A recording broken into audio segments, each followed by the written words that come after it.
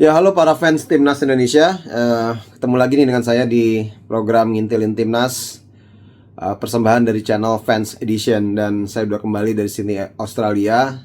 Sama dengan yang kalian rasakan semua, tentunya kita kecewa dengan hasil telak yang kita terima dari Australia 1-5. Tapi sebenarnya bukan hanya kekalahan yang menjadi perbincangan banyak di sosial media, tapi lebih cara kita kalah dalam bermain, dalam strategi, dalam filosofi bermain. Tapi yang perlu kita catat juga sebenarnya masih tetap ada silver lining ya, masih ada yang hal-hal positif yang bisa kita ambil. Salah satunya saya pernah posting juga bahwa penampilan daripada seorang Ole Remeni bukan hanya bahwa dia mencetak gol, tapi cara dia mencetak gol harusnya bisa menjawab sedikit keraguan para pengamat yang sempat mengatakan sebenarnya dia tidak memiliki skill seorang striker murni, yang karena lebih sering bermain di klubnya itu sebagai forward right ya, atau penyerang sisi kanan. Tapi kita lihat ya bagaimana golnya yang begitu klinis, begitu tenang. Ini memberikan sedikit asa. Nah, sekarang kita mendingan melihat klasemen grup C ya. Dan satu catatan yang ingin saya highlight di sini adalah sebelum melawan Australia sebenarnya kita berada di posisi ketiga, bahkan di atas Saudi Arabia, mengingat bahwa kita mengantongi angka yang sama, poin yang sama, itu 6 poin, dan memiliki selisih gol yang sebenarnya juga sama. Tapi bedanya Saudi Arabia hanya mencetak 3 dan kebobolan 6, sementara kita mencetak 6 dan kebobolan 9. Jadi kita sebenarnya lebih produktif dan juga memiliki selisih goal difference yang juga tidaklah terlalu buruk.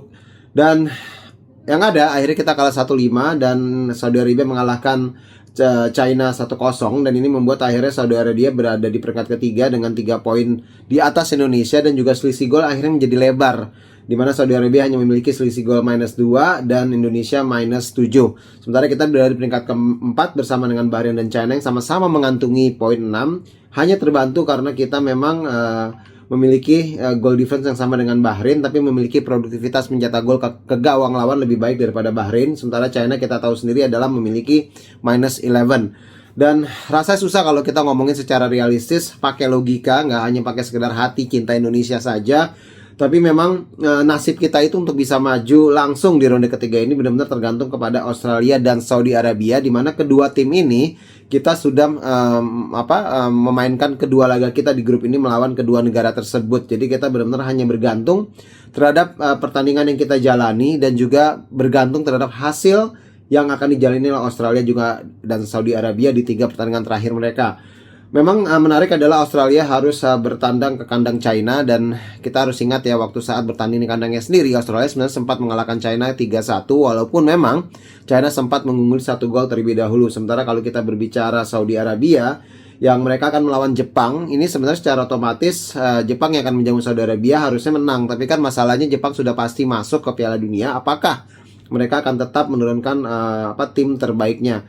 Dan lagi-lagi ya, memang ternyata nanti di pertandingan terakhir di grup, Australia Saudi Arabia akan saling berhadapan dan saling mengadu. Jadi poinnya, kalau realistis, kalau menurut saya, nggak usah mimpi kita masuk ke Piala Dunia di ronde kedua ini, ronde ketiga maksud saya, karena mengingat bahwa ke posisi Jepang dan Australia dan juga Saudi Arabia yang di atas kita ini sangat sulit kita kontrol, karena kita sudah tidak lagi bertemu kedua tim tersebut. Kita mengantungi 1 seri 1 kalah dari Australia. Padahal sebenarnya kita punya positif ya, 1 seri dan 1 menang melawan Saudi Arabia, tapi memang sangat tidak bisa dimanfaatkan dengan baik oleh staf pelatihan yang baru di sosok seorang Patrick Kluivert. Jadi kita hanya berharap bahwa kita bisa mengantongi 6 poin melawan Bahrain dan China, dan mungkin sedikit berharap bahwa Jepang tidak serius saat kita memainkan pertandingan terakhir mereka, pertandingan terakhir kita di grup C.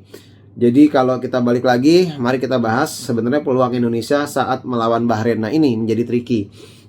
Kenapa? Menurut saya ada satu keuntungan di mana kita akhirnya bisa memastikan bahwa Ratnar Oratmangun akan kembali bisa masuk ke dalam 23 squad yang akan diputuskan oleh Patrick Kluivert untuk dibawa saat melawan Bahrain, dan juga tentunya adalah Justin Hubner. Nah, kalau kita melihat sosok kedua pemain ini, kalau menurut saya salah satu nilai plus yang dimiliki oleh seorang Ratnar Oratmangun adalah dia memiliki fighting spirit yang menurut saya di atas rata-rata dari seluruh pemain yang ada. Begitu juga tentunya kita atur dengan Justin Hubner. Terbukti bahwa mereka memang kadang-kadang tidak bisa menjaga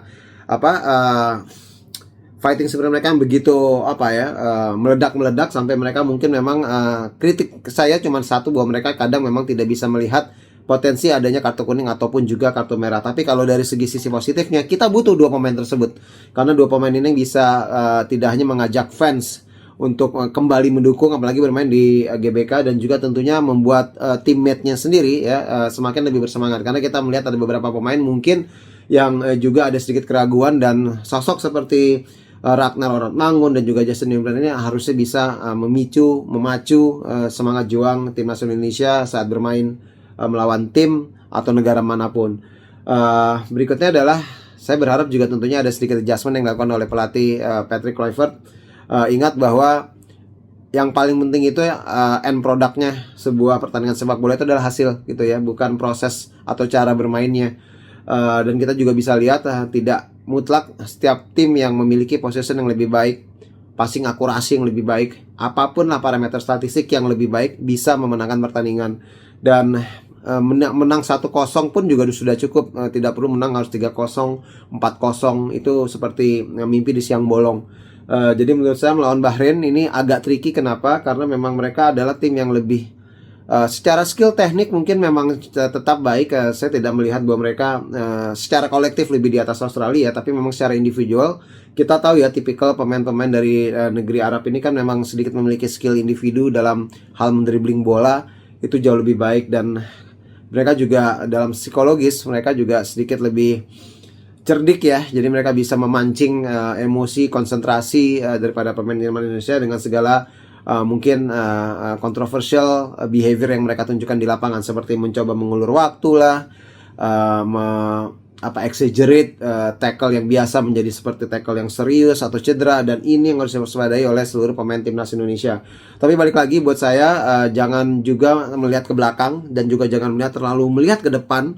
Kita ngomong yang paling realistis dan paling praktis saja adalah bagaimana kita bisa membuktikan kembali bahwa kita masih menjadi negara yang layak menjadi ancaman di grup C ini, dengan memastikan bahwa kita bisa meraih tidak hanya 1 poin gitu ya, tapi harus bisa mendapatkan 3 poin.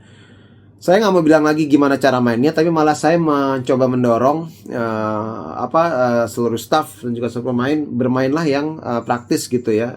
Memang kita bukan pemain bola, kita hanya cuma asal ngomong, mungkin beberapa orang melihatnya, tapi yang jelas sudah ada rekaman jejak, ada statistik dan lain-lain tadi sempat saya katakan bahwa tidak harus bermain menyerang, tidak harus menguasai possession, tapi negara yang paling sedikit melakukan kesalahan dan yang paling efisien dalam memanfaatkan peluang biasanya akan memenangkan pertandingan, baik itu di level liga maupun di level kompetisi negara. Gimana menurut kalian? Boleh kritik, asal jangan pedes-pedes banget. Tetap komen dan tetap semangat. Yang jelas buat saya adalah mari kita bersama mendoakan timnas Indonesia bisa meraih poin penuh melawan Bahrain. Sampai nanti.